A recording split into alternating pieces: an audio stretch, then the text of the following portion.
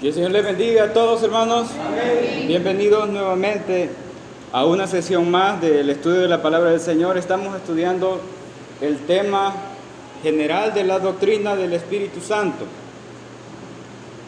Estamos estudiando esta doctrina y yo estoy bien consciente, muy consciente de que no voy a poder explicarles completamente todo y perfectamente todo, porque estamos hablando del Espíritu Santo y es la tercera persona de la Trinidad, y tal vez no vaya a dar completamente lo que esto contiene, pero me esmero por ser lo más claro posible, tratando de presentarles la palabra del Señor tal y cual está escrita, guiándoles en la idea y la visión proyectada por el Espíritu Santo en sus sagradas escrituras. Hoy iniciaremos otro contenido de esta doctrina y hemos culminado el estudio de los dones espirituales en la sesión pasada, de los cuales han sido de mucho beneficio para nosotros, y hemos aprendido que los dones fueron dados a la iglesia con el único propósito de que todo el cuerpo sea edificado. Y si un don no edifica, pues trae muy poco provecho al cuerpo. Pero si el don trae consigo conocimiento y entendimiento, entonces será un don edificante para la iglesia. La nueva serie que vamos a comenzar trata acerca de el fruto del Espíritu. Pero también estudiaremos un poco acerca de las obras de la carne. Pero quiero que tengamos presente que el énfasis de nuestro estudio es y será el Espíritu Santo y su obra en nosotros. He escuchado muchos mensajes y prédicas sobre el tema del fruto del Espíritu, y algunos dicen que no es un fruto, son varios frutos del Espíritu, porque son varias palabras. Lo que dice en el versículo de Gálatas, específicamente 9 palabras con definiciones y completamente distintas. Otros dicen que no son varios frutos, sino que es un solo fruto, y que la mejor explicación es que es como un racimo o un gajo. Por ejemplo, el de las uvas o el de los guineos, que es un mismo fruto pero con varios a la vez. Debido a que el versículo dice que los frutos del Espíritu son 9, ¿verdad? Son 9 características. Entonces hay otros que dicen que eso es como un gajo, como una racima, pero es un mismo fruto, como el mango, en una sola gaja. Y se explica así porque todos son producidos en una misma ramita que les alimenta a todos. Vienen separados, no son lo mismo, pero están en un mismo fruto. Pues quiero decirle, hermanos, que eso en la explicación real no es tan correcto. Y comúnmente yo lo he escuchado y he escuchado hablar al tema del fruto, y como el versículo comienza en el versículo de Gálatas, en la carta a los Gálatas, comienza de que el fruto del Espíritu es amor, gozo, paz, paciencia, benignidad, bondad, fe, mansedumbre, templanza. La gran mayoría de los predicadores y los maestros se introducen de una sola vez a darle explicación y significado a cada una de estas palabras, y eso está bien. Pero mi propósito en esta nueva serie es llevar un poco más ordenada la explicación de esto para una mejor comprensión del tema. Y el tema que vamos a ver hoy es: Él es su fruto. Estamos estudiando el Espíritu Santo. Y el tema de hoy es: Él es su fruto. Pero vamos a hacer una pequeña oración. Oramos al Señor. Padre Santo, muchas gracias porque tú nos concedes estar en este lugar y nos has dado la libertad de poder estar en tu casa para estudiar tu palabra. Permíteme, Señor, ser un agente en el que tú puedas glorificarte, que puedas hacer entender tu palabra, Señor. Ilumina tu palabra con tu espíritu en nuestras mentes.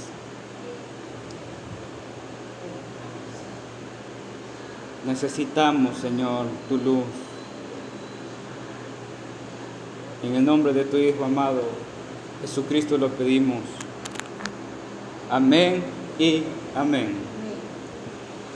Bueno, hermanos, quiero anticiparme a decirles que no puedo comenzar a hablar del fruto del Espíritu sin que antes comprendamos bien la idea del por qué el apóstol Pablo utiliza la palabra fruto refiriéndose al Espíritu. Y para poder entender esto tenemos que ir a 3 pasajes paralelos. El primero que tenemos que entender y al primero que debemos ir es al pasaje de la vid. Tenemos que entender la manera en que funciona la raíz y la vid, y luego tenemos que entender cómo es que somos injertados, y luego de ser injertados debemos llegar a la comprensión de cómo es que ese injerto va a producir un fruto, y una vez lo produzca, entonces podemos hablar del fruto. Solo hasta entonces. El pasaje que describe el fruto lo encontramos en Gálatas capítulo 5, versículo 22. Y muchos lo sabemos de memoria. Gálatas capítulo 5, 22.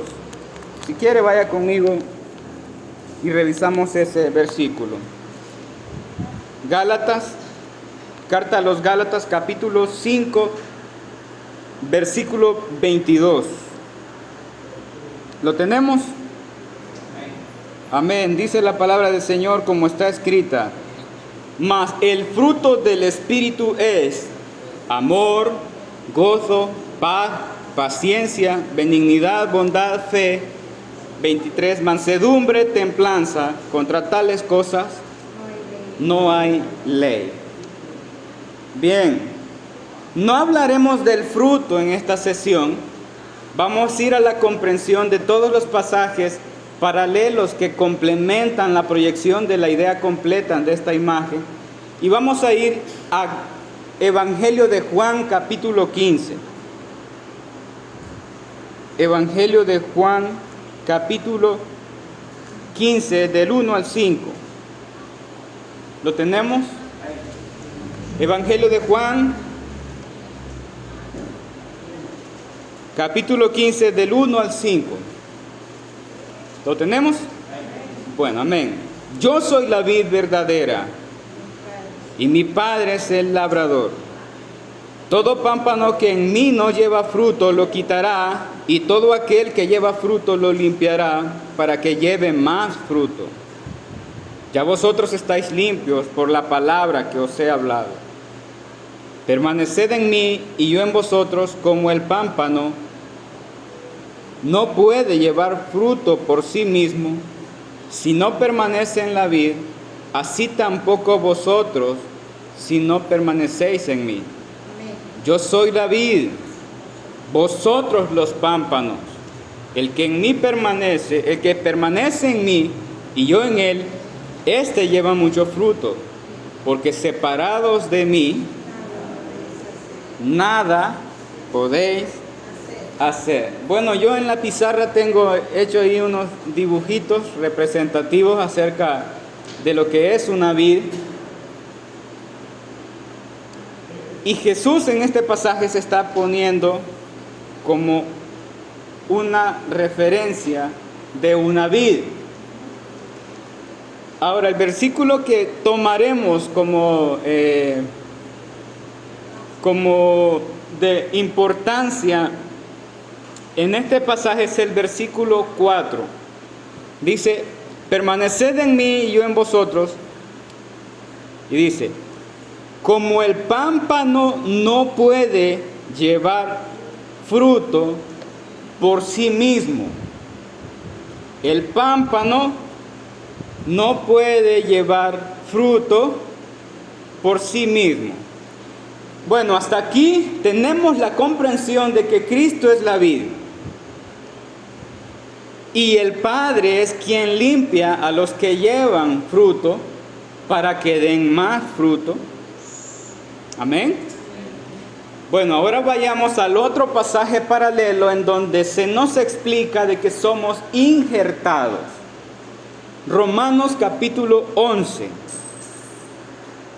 Romanos capítulo 11, versículos 16 al 20.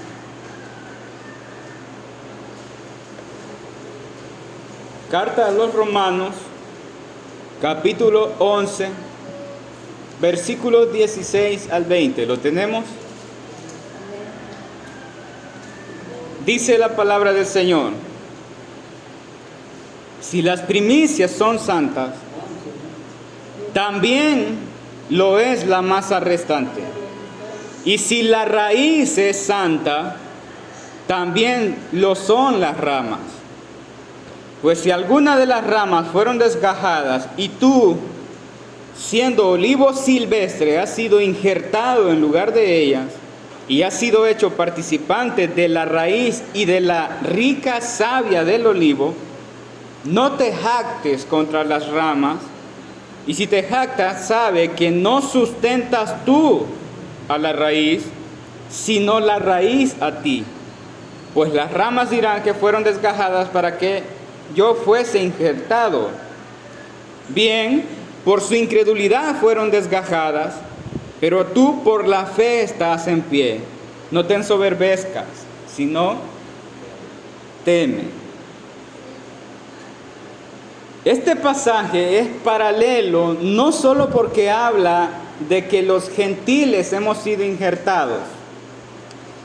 El pasaje es paralelo y es de vital importancia porque su enfoque es la raíz y la rica savia. Y habla de que la raíz es santa.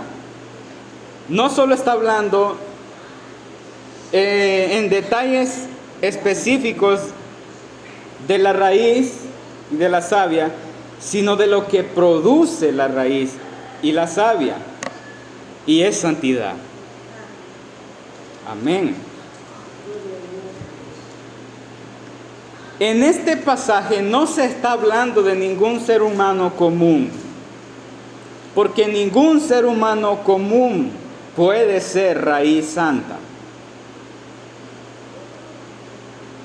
No hay ningún ser humano común que produzca y genere santidad.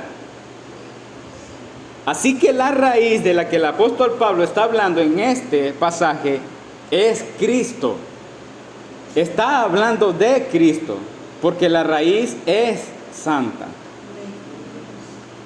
Cristo en su perfecta humanidad se convirtió en la raíz santa que genera y produce santificación perfecta en todos los que son hallados en Él.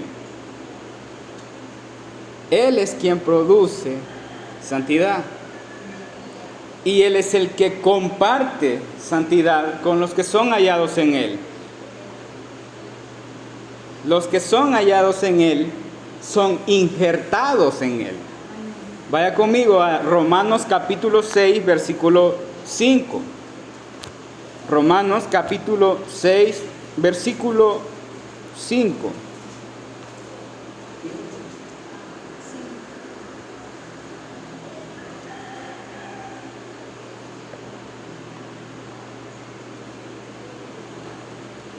¿Lo tenemos? Dice la palabra del Señor: porque si fuimos plantados juntamente con Él en la semejanza de su muerte, así también lo seremos en la de su resurrección. En este pasaje aparece la palabra plantados. En otras traducciones aparece injertados. Que los que fuimos injertados juntamente con Él en su semejanza de carne, también seremos semejantes a Él en su resurrección, porque fuimos injertados con Él y en Él. Hemos sido injertados en Cristo. Cristo, habiendo culminado la perfecta redención de todos los que el Padre le dio, Él se convierte en nuestra vid verdadera y perfecta. Él es la raíz santa. Él es el generador de la vida y generador de santidad. Y todos los que tenemos vida, la recibimos por Él. Él dijo, yo vine para que tengan vida. Y hay ramas que fueron desgajadas porque a lo suyo vino y los suyos no le recibieron. Mas a todos los que le recibieron, a los que creen en su nombre, les dio potestad de ser hechos hijos de Dios. El otro punto importante que quiero que prestemos atención aquí, del versículo que leímos anteriormente, es acerca de la rica savia, de la que está hablando el apóstol Pablo. La rica savia. La savia de una planta, hermanos, es un compuesto líquido que circula por toda la planta, llevando la nutrición vital requerida para su vida y su producción. Debemos prestar atención a esto. Sin raíz no hay savia, y sin savia no hay vida, y sin vida no hay fruto. Ahora, volvamos nuevamente a Romanos capítulo 11. Romanos capítulo 11, versículo 17.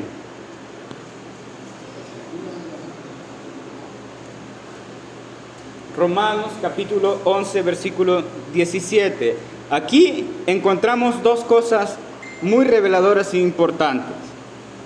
Dice la palabra del Señor: pues si algunas de las ramas fueron desgajadas, y tú, siendo olivo silvestre, has sido injertado en lugar de ellas, y has sido hecho participante de la raíz y de la rica savia del olivo. Hay dos cosas importantes. La primera es que hemos sido injertados. Y la segunda es que hemos sido participantes de la raíz y de la rica savia del olivo. Son dos cosas. Ahora, quiero que entendamos que el injerto, hermanos, y yo tengo los dibujitos ahí, si pueden verlos allá en la esquina, dibujé un injerto. Luego está la vid, y por ahí dibujé también una persona. Para los que no entendían qué es una persona, ¿no? Bueno, el injerto, hermanos, es una pieza ajena a la planta. Lo vuelvo a repetir, el injerto es una pieza ajena a la planta. No es perteneciente original de la planta viva, es un trozo extraído y cortado de otro lugar. Eso es un injerto. El injerto vive solo por la savia de la planta viva. Pero en sí, él posee otra naturaleza. Naturaleza que originalmente trae de donde fue cortado. ¿Se entiende? Bueno, nosotros somos de naturaleza pecaminosa. Nosotros somos generadores de pecado. No poseemos ninguna característica buena que aporte algo para una mejor producción. Lo maravilloso de todo esto es que, a pesar de lo inservibles, inútiles. Y otras palabras que usted quiera agregarle. Somos elegidos para ser cortados e injertados en Cristo.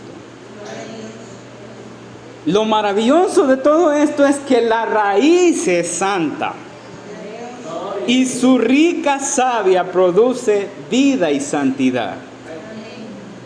Una vez si somos injertados en la vid, en la obra de regeneración, nosotros somos participantes de la raíz y de la rica savia del verdadero olivo. Una vez el Espíritu Santo obra y opera la obra de regeneración en nosotros, somos injertados a la vida. Y quiero que entendamos esto, ayudándonos de los dibujitos que tenemos en la pizarra.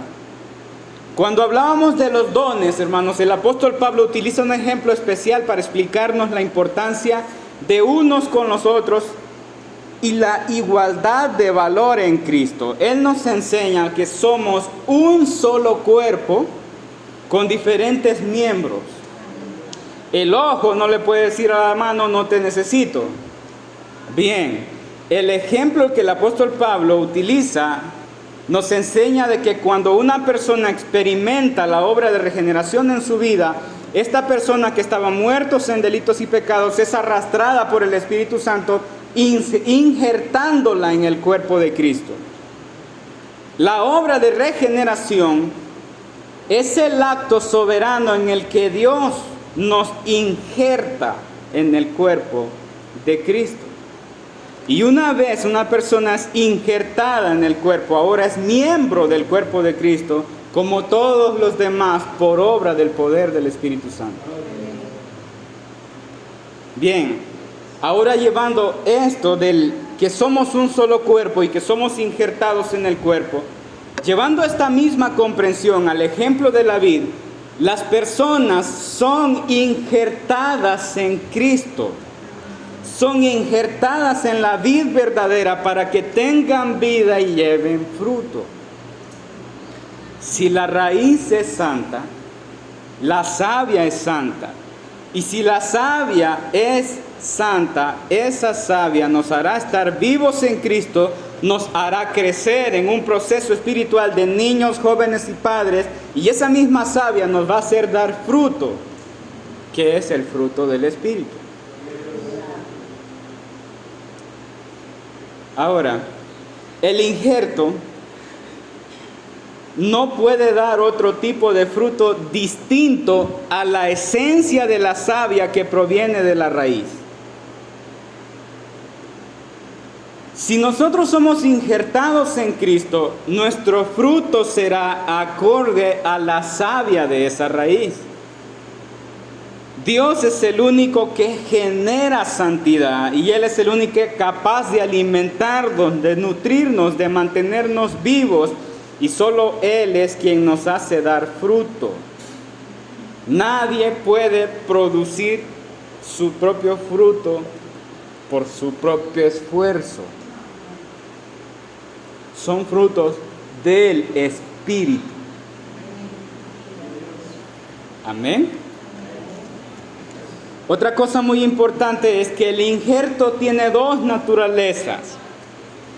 El injerto es compuesto de su naturaleza original, de la que traía, de donde fue cortado, pero también de la que fluye en su interior, que lo mantiene vivo y es en donde ha sido injertado.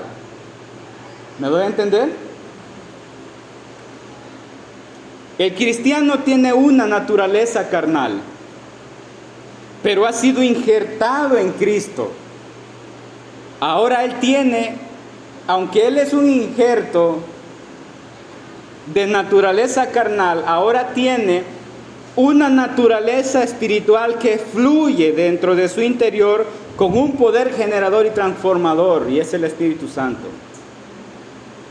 En un panorama más claro, la definición de cómo se observan esas dos naturalezas en nosotros es a lo que el apóstol Pablo le llama una lucha entre la carne y el espíritu. Y a las victorias de esa lucha se le llama proceso de santificación. Lo vuelvo a repetir. La definición de cómo se observan esas dos naturalezas en nosotros es a lo que el apóstol Pablo le llamaría una lucha entre la carne y el espíritu. Y a las victorias de esa lucha, en donde el espíritu sale victorioso, se le llama proceso de santificación. Aunque en esta vida somos injertados en la raíz y somos participantes de la rica savia santa, somos un injerto de carne. Y en nuestra carne tendremos obras carnales, porque es parte de nuestra naturaleza original. Pero el propósito por el cual fuimos injertados en Cristo es para que demos fruto de santificación. Ahora, hay cosas de nuestra naturaleza pecaminosa que a medida vayamos creciendo, son reveladas y son más visibles, aún estando injertados en Cristo y aún recibiendo de la santa savia del Señor. Aquí es en donde entra el propósito del Padre. Cuando leímos allá que dice que el Padre nos limpiará para que llevemos más fruto. Jesús dijo: ya vosotros estáis limpios por la palabra que os he hablado. Nosotros somos limpiados vamos creciendo por medio de la palabra de Dios, mediante la obra de transformación del Espíritu Santo. Lo que el apóstol Pablo describe del fruto del Espíritu, y aquí quiero entrar ya más a lo del fruto, porque por el momento ya vimos que Cristo es la vid. Nosotros somos un injerto. Estábamos ajenos a la vid, no tenemos las mismas características. Por lo tanto, somos de doble naturaleza. Hay una naturaleza carnal real en nosotros y hay una naturaleza espiritual real en nosotros. Y hay una lucha. Debe haber una lucha. Pero vamos a entrar a lo del fruto ya. Lo que el apóstol Pablo describe como el fruto del Espíritu es la composición integral del contenido de la savia de la vid. Preste atención a esto. Lo que el apóstol Pablo describe como el fruto del Espíritu es la composición integral del contenido de la savia de la vid. No simplemente son características que son evidentes en una persona. Quiero que comprendamos que lo que está haciendo el apóstol Pablo en Gálatas capítulo 5, versículo 22, es que él está describiendo el Espíritu Santo.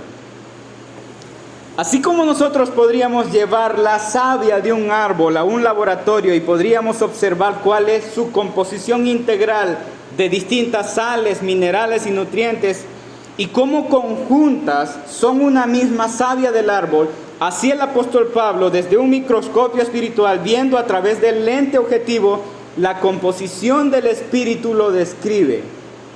El Espíritu Santo es amor, el Espíritu Santo es gozo, el Espíritu Santo es paz, el Espíritu Santo es paciencia, es benignidad, es bondad, es fe, es mansedumbre, es templanza. Todas las personas que poseen el Espíritu Santo y están siendo vivificadas y alimentadas y nutridas por la rica savia, por la fuerza del poder de la naturaleza espiritual de la vid en la que fueron injertados, tendrán que dar ese fruto. El fruto es un sumidero. Es un lugar de concentración que está compuesto de todas las sales, minerales y nutrientes que la raíz produce a través de su savia. En un cristiano, el fruto espiritual es la concentración de las acciones características de la esencia integral del Espíritu Santo. Lo repito, en un cristiano, El fruto del Espíritu es la concentración de todas las acciones características de la esencia integral del Espíritu Santo. El fruto lleva su tiempo de crecimiento y lleva su tiempo de maduración.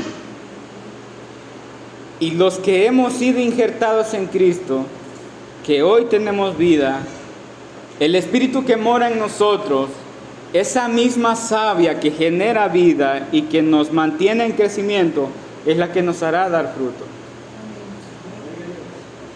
Así que cuando hablamos de amor, gozo, paz, paciencia, benignidad, bondad, fe, mansedumbre y templanza, estamos hablando del Espíritu Santo. De lo que compone el Espíritu Santo en una persona. Amén. El fruto que daremos tendrá que estar compuesto de todas estas características que se integran o que integran esa rica savia, porque son generadas por el Espíritu Santo, y la manera en la que el Espíritu Santo es visible y es evidente en una persona es que Él, en ellos, es su fruto. Amén. Él, en ellos, es su fruto. Esta es la clase de hoy, hermanos. Continuamos el próximo domingo, si Dios así lo permite.